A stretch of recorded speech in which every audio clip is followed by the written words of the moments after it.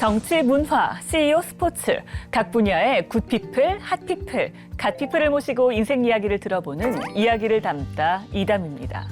오늘은 대한민국 문화계의 갓피플입니다. 우리가 매일 쓰는 한글, 그 위에 감성을 얹으면 단순한 서체가 아닌 귀한 작품이 됩니다. 전통 서예에 디자인을 더한 멋글씨, 캘리그라피 분야의 개척자인데요. 소중한 우리 한글에 날개를 달아주고 계신 분입니다. 서예가 강병인 대표와 함께합니다.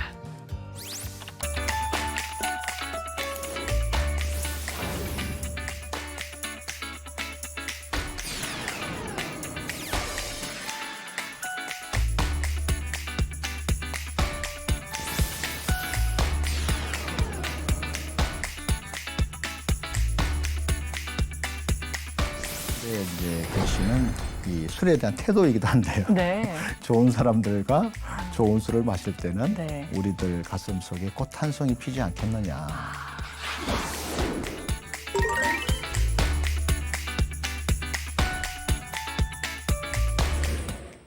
네, 안녕하세요. 안녕하세요. 네, 작가님. 먼저 차 한 잔 아, 하시면서 해보겠습니다. 감사합니다. 아까 이제 저희가 캘리그라퍼, 서예가라고 설명을 드리지만 멋글씨가라고 불렸으면 좋겠다라고 하신다고 하더라고요. 네. 멋글씨가라는 게 어떤 뜻인가요?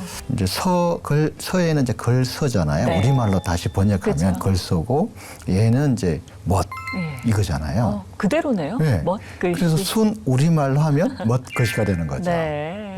다만 이제 이게 멋이란 말이 들어간다고 해서 네. 멋만 부리는 글씨는 아니고요. 정말 이제 전통 서예를 바탕으로 해서 뭐 조형이나 이런 것들을 충실하면서 새로운 이제 한글의 멋, 꼴, 또 그 안에 들어있는 어떤 우리가 한국인이 가지고 있는 네. 또 우리의 어떤 땅, 자연의 어떤 이런 것들을 담아내는 그래서 멋글씨라고 하고 있습니다. 한글에 자연을 담아냈다라는 게 네. 이렇게 듣기만 하면 잘 이해가 안 될 수도 있는데요. 한번 글씨로 한번 보실게요. 이게 네. 봄인 거죠? 예, 봄입니다. 이건 어떤 의미가 들어있는 봄인가요? 그래서 이제 한글은 아시다시피 이제 하늘, 땅, 사람, 네. 이런 어떤 천지. 지인 네. 이런 어떤 그 동양의 어떤 보편적인 사상을 한글의 바탕 체계로 끌어왔습니다. 세종께서. 그러니까 첫 소리는 하늘. 그렇죠. 그러니까 이 봄자라 보면 첫 소리는 비읍이 되는 거죠. 네. 끝 소리는 이제 미음자죠. 네. 땅이고.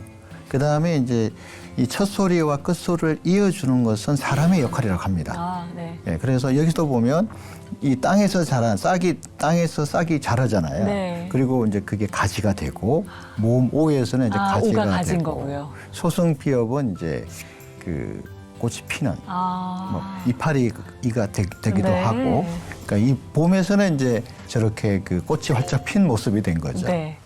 글씨 하나가 네, 그냥 네. 완전히 작품이 바로 네, 되네요. 그렇죠. 이게 이제 근데 꽃이라는 말은 되게 예쁘잖아요. 네. 굉장히 감성적이면서도 굉장히 친근하고, 그리고 우리가 꽃을 보면 마음이 뭔가 좋아지죠. 기쁘시잖아요.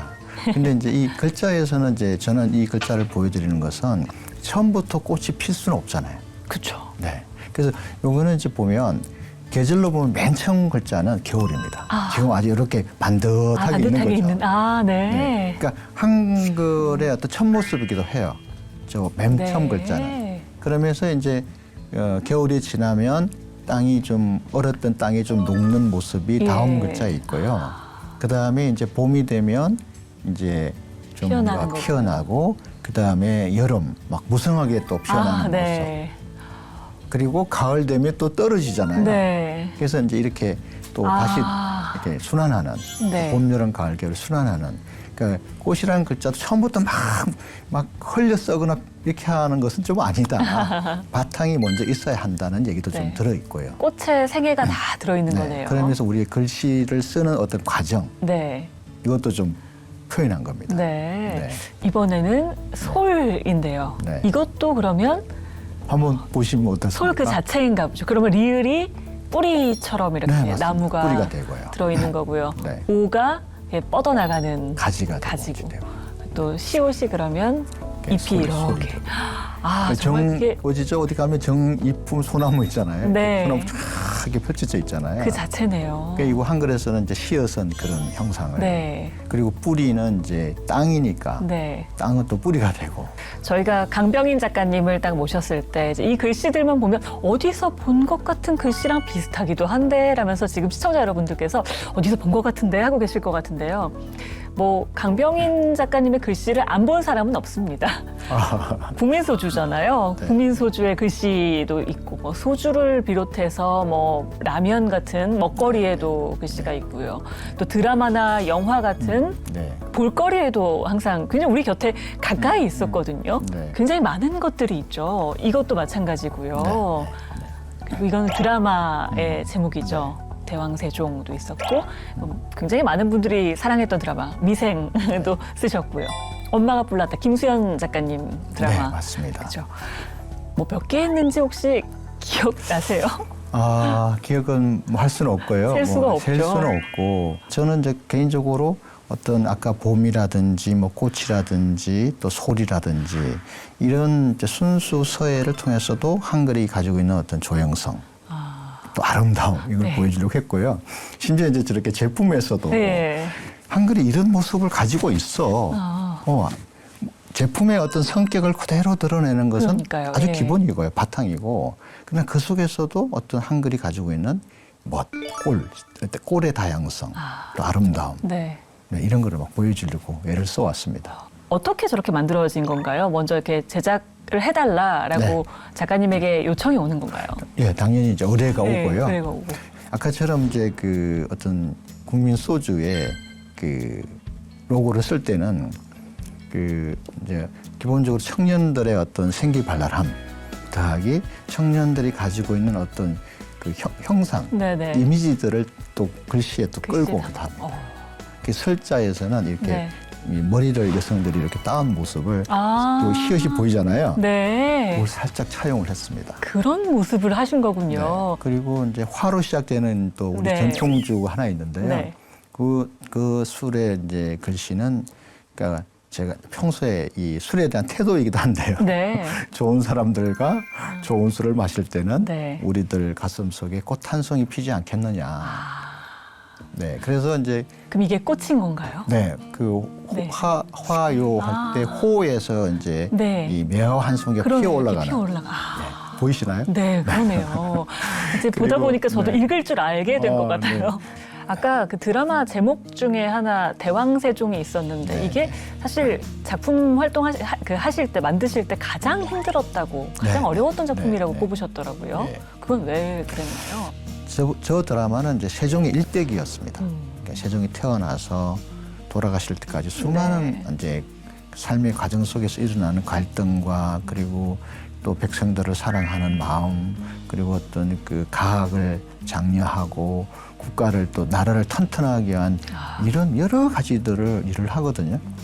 그런 어떤 그 세종의 어떤 삶을 이 글씨에 담아하려고 하다 보니 너무 어깨가 무거우셨군요. 네, 또 제가 한글 하는 사람이 세종당의 어떤 드라마 예. 그 타이틀 글씨를 쓰음에 있어서 네. 정말 잘 써야 되지 않습니까? 그렇죠.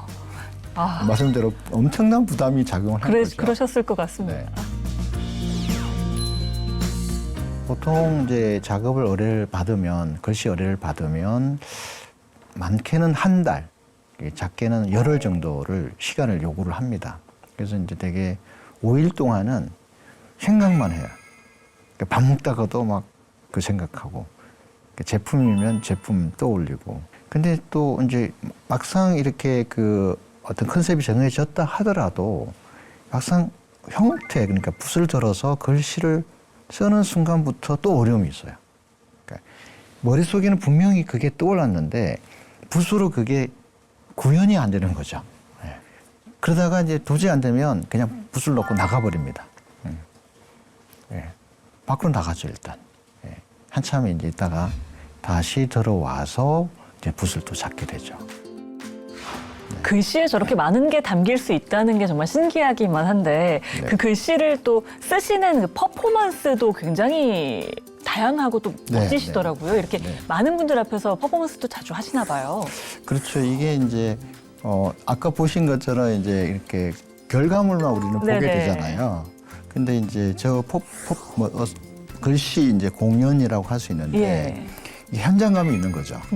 그리고 이제 서예가 가지고 있는 이제 어떤 역동성도 네. 있고, 그 다음에 이제 이 큰 붓으로 먹을 잔뜩 예. 찍어가지고 큰 바닥 종이에 쓸 네. 때의 어떤 그 기운이 있거든요. 네. 그러니까 붓이 들어가고 그 다음에 붓과 종이와 먹물이 이렇게 마찰력이 일어나잖아요. 아, 그때 그쵸. 어떤 이 소위 이제 액션 네. 페인팅이라고 하죠. 네네. 그런 것이 이제 사람들에게 또 나름의 기쁨을 주고 거기서 이제 기운도 보이는 거죠. 이렇게 쓰신 글씨들, 그러니까 뭐 썼다고 하기에는 그린 글씨라고 하고 싶은데요. 그린 글씨들을 보고 또 퍼포먼스도 보다 보니까 한번 네. 직접 하시는 거를 보고 싶거든요. 아, 저희가 네. 퍼포먼스라고 네. 해야 될까요? 좀 부탁을 드려도 될까요? 네, 뭐 우리말로는 글씨 공연 글씨 이렇게 공연. 볼 수도 있겠죠. 아, 그렇죠. 네, 퍼포먼스보다는 우리말로 네. 글씨 공연을 한번 보겠습니다. 알겠습니다.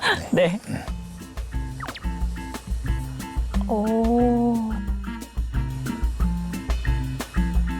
정말 가정에 웃음꽃이 피어나는 그런 바람으로 서서 네, 멋있습니다. 한번 잡아보십시오. 이렇게 사람이 춤을 추고 있는 듯한, 그리고 평이 안에서 맞을지 모르겠습니다. 네.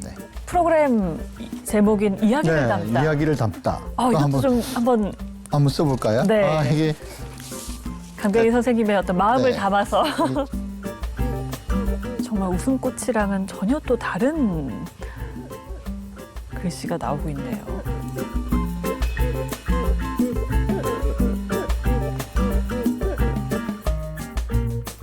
네. 시청자 여러분들 잘 보실 수 있게 네. 야자에서는 이렇게 좀 이렇게 말을 하는. 말을 하는, 네, 이야기를 이렇게 하는. 네. 네. 근데 하나에서 끊어지지 않고 네. 여기도 보면 이제 밖으로 쭉 빠져나갔잖아요. 네. 예. 이 이야기는 계속되고 있습니다. 아, 아름다운 이야기. 계속되고 있다, 이어지고 있다라는 또 걸 또 서로 담아주신 거군요. 네. 웃음꽃과 이야기를 담다가 또 같이 있으니까 웃음꽃이 피어나는 이야기를 담다가 된 것 같아서 좀 네. 좋습니다. 네, 네. 감사합니다. 이야기를 담다를 네. 또 써주셔서. 고맙습니다. 네. 그러니까 한글에 대한 애정이 정말 크신 것 같은 게 또 광화문 현판을 한글로 제작해야 한다라고 주장을 하셨고 네. 직접 이렇게 쓰신 글씨까지 이렇게 보여주셨더라고요. 네. 네. 아, 지금 보여드린 이제 요 강함은 네. 한글은 제 글씨가 아니고요. 아, 그래요? 네, 이것은 이제 그 훈민정음 해대본의 거기서 가져온 거. 예, 한글의 맨 네. 첫 모습인 거죠. 그래서 거기서 이제 집자를 해서 네. 저 강화문을 만든 거고요. 지금은 이제 조선은 아니지 않습니까? 그러니까 대한민국이잖아요. 그쵸. 그러니까 대한민국을 상징할 수 있는 이미지가 뭐냐라고 했을 때 모든 국민들이 아마 한글이라고 저는 보거든요. 그쵸. 그래서 그다음에 또 하나는 또 이 지금 보시는 저 한글은 경국궁에서 태어났습니다. 세종께서 경국궁 안에서 집현전에서 만들었잖아요. 네. 그 얼마나 큰 문화재입니까? 진짜 의미가 크네요. 그러고 네. 보니까. 그래서 그 문화재를 지금 되살리면 또 10년, 50년, 200년 지나면 저 자체가 또 문화재가 네. 되는 거지 않습니까? 그래서 그 강화문 현판만큼은 좀 한글로 했으면 좋겠다. 네. 그런 바람을 가지고 있고요. 한글은 아시는 것처럼 참 잘 만든 문자입니다. 그럼에도 또 아름답습니다. 그리고 또 만든 뜻이 너무 또 감동입니다. 아시는 것처럼. 우리가 이제 그 세종어제 서문을 다 외우기만 했잖아요. 그 안에 들어있는 핵심 어들을 살펴보면 너무 감동이라서, 그리고 또 글씨를 쓰다 보면 더 한글이 굉장히 참 지극하게 좋은 문자다. 그러니까 널리 이루어온 문자다. 이런 생각을 하게 됩니다. 그렇게 지금은 좋아하는 글쓰기를 계속 행복하게 하고 계시지만 또 어렸을 때 얘기를 들으니까 네. 좀 힘들게 지내셨다고도 들었어요. 네, 네. 어렸을 때 고무신 공장, 뭐 시계 공장에서 일도 하셨다고요? 네. 저희 때는 뭐 저만 사실은 힘든 것은 아니라고 보고요. 다 그 시절에는 모두 다 함께 어려운 시절이었는데, 근데 아무튼 저는 이제 좀 고등학교 진학할 입장은 못 돼가지고 이제 중학교 졸업하고 네. 또 부산에 가서 고무신 공장에서 아. 또 일을 좀 잠깐 하고 네. 또 서울을 와서 또 공장 좀 다니다가 다시 성남에 있는 또 오리엔트 시계 공장을 또 가게 됩니다.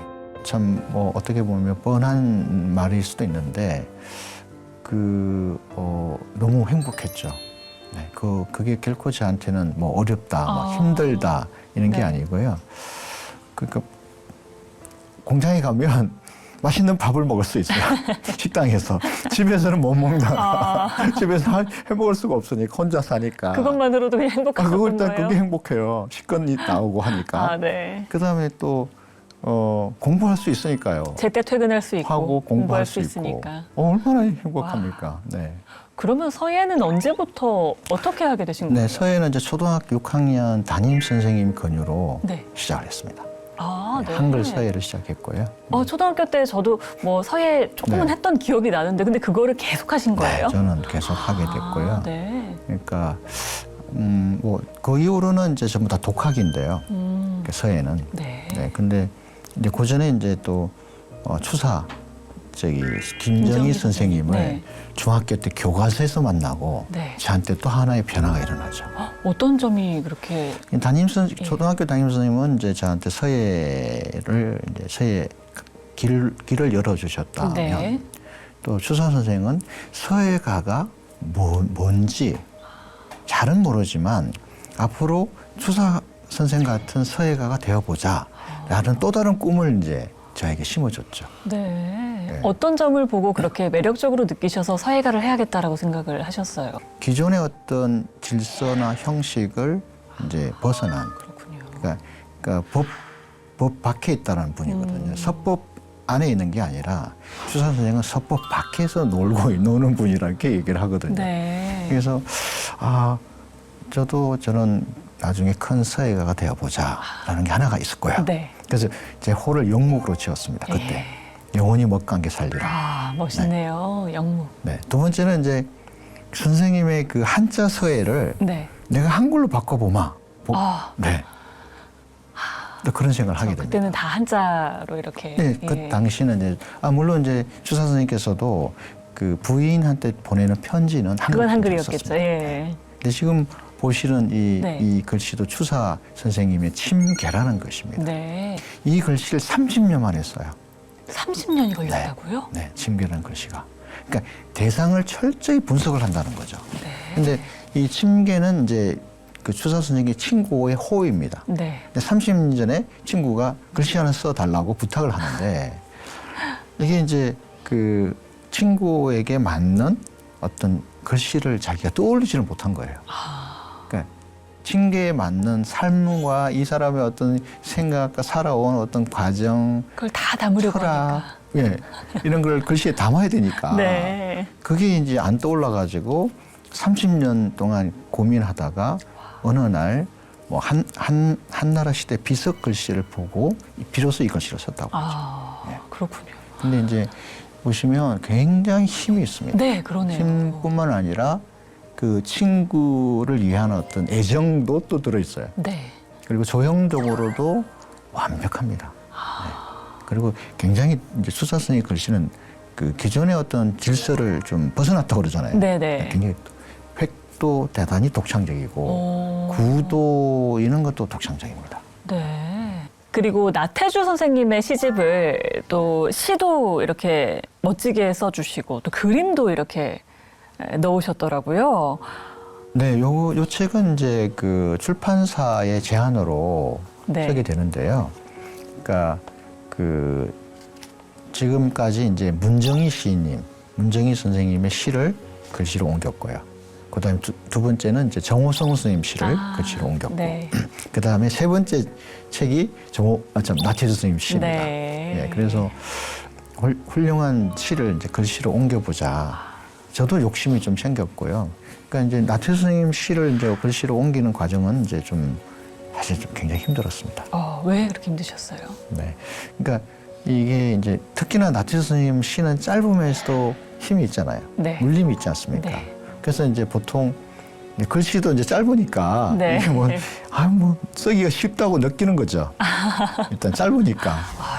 그렇지만은 않을 것 같은데요. 아니죠. 절대로 그렇죠. 아니죠. 그 안에 숨어 있는 네. 그 시어라고 하잖아요. 네. 그 시어 속에 숨어 있는 그 생각 씨앗들이 그쵸. 너무 단단해요. 이 풀꽃 같은 경우에는 어떻게 생각해서 또 쓰신 건가요? 그 이것도 보면 굉장히 쉽잖아요. 자세히 보아야 예쁘다. 네. 오래 보아야 사랑스럽다. 너도 그렇다. 너도 그렇다. 너무 감동적이잖아요. 네. 근데 이거를 이제 글씨로 옮겨놨을 때도 똑같이 감동적이 그렇죠. 하는데 그래야죠. 그게 또 힘든 과정이고요. 네. 그리고 이 시집 안에 보니까 글만 쓰신 게 아니라 이렇게 네. 그림도 네, 수목이라고. 예, 수묵화가 있더라고요. 네. 부탁이라는 시에 또 그리신 건데 네. 이건 산을 네. 표현을 또 하신 거죠. 저는 이제 그 요 시에서 보면 너무 멀리까지는 가지 말아라. 네. 저 얘기에서 예. 이 산이 생각이 나는 거죠. 아, 너무 먼 곳에 여기 가면 돌아오지 못할까 봐 걱정을 하는 네. 저 시인의 마음을 예, 돌아오는 길을 잊을까 걱정이다 걱정이다. 하시잖아요. 네. 그래서 이제 이 큰 산을 좀 배치를 시킨 거죠. 네. 와, 그 그림과 또 글씨가 어우러지면서 또 더 그 시 안에 있는 감정을 또 전해주는 것 같습니다. 아, 감사합니다. 아. 네. 요즘에 글씨라는 게요, 뭐 다들 컴퓨터만 쓰니까 정말 쓸 일이 없잖아요. 저 같은 경우도 글씨를 더 못 쓰게 되더라고요. 네. 그래서 글씨를 잘 쓰는 게 정말 더 소중한 어떤 가치가 되어 가고 있는 것 같은데 글씨를 잘 쓰려면 네. 어떻게 해야 되나요? 아유, 정말 기다렸던 질문입니다. 아, 그런가요? 아주 간단합니다. 네. 아시겠지만 한글은 굉장히 쉽게 만들었잖아요. 네. 네, 엄청 쉽게 만들었어요. 네. 아까 제가 그 솔자, 봄자에서 네네. 지인, 지인, 네. 하늘과 땅, 사람 네. 소리를 이렇게 소리를 그렇게 나누고 합하는 원리로 만들어놨거든요. 예. 그러니까 초성과 중성, 종성을 일단 나누고 합한다는 개념은 합한다는 개념은 해체가 있었다는 거잖아요. 그렇죠. 그러니까 이거를 이제 우리는 급하게 썼느라고 담자도 빨리 써서 붙여버립니다. 초성과 중성 이게 이렇게 떨어져 있어야 되는 예. 조금씩 이렇게 떨어져 얼정한 공간이 있어야 되는데 네. 다 붙여버리면 가독성이 떨어지는 거죠. 네? 이야기도 사라져 네, 버리죠. 그렇죠. 이렇게 나눠 놓으면 그 사이에 공간이 열려 있으니까 여기에다가 저희들은 저 같은 경우는 다양한 이야기를 심는 거죠. 네. 근데 이걸 다 붙여놔 버리면 그 사이에 아무것도 심을 수 없잖아요. 무슨 얘기가 들어갈 수가 없거든요. 그러네요. 그러니까 원래 한글을 어떻게 만들었는지를 이해하고 나면 그걸 알고 글을 쓴다면 훨씬 더 예쁜 글을 쓸 수 네. 있겠다. 뭐 이런 느낌이 지금 드네요. 말씀드린 게 한글의 어떤 근원입니다. 그렇습니다. 네. 창제 근원인데 그러네요. 우리는 그거를 무시하고 그냥 다 붙여버리면 그렇죠. 그게 사라져 버리는 거죠. 그러니까 기본을 알아야 역시 뭐든지 네. 멋져지는군요.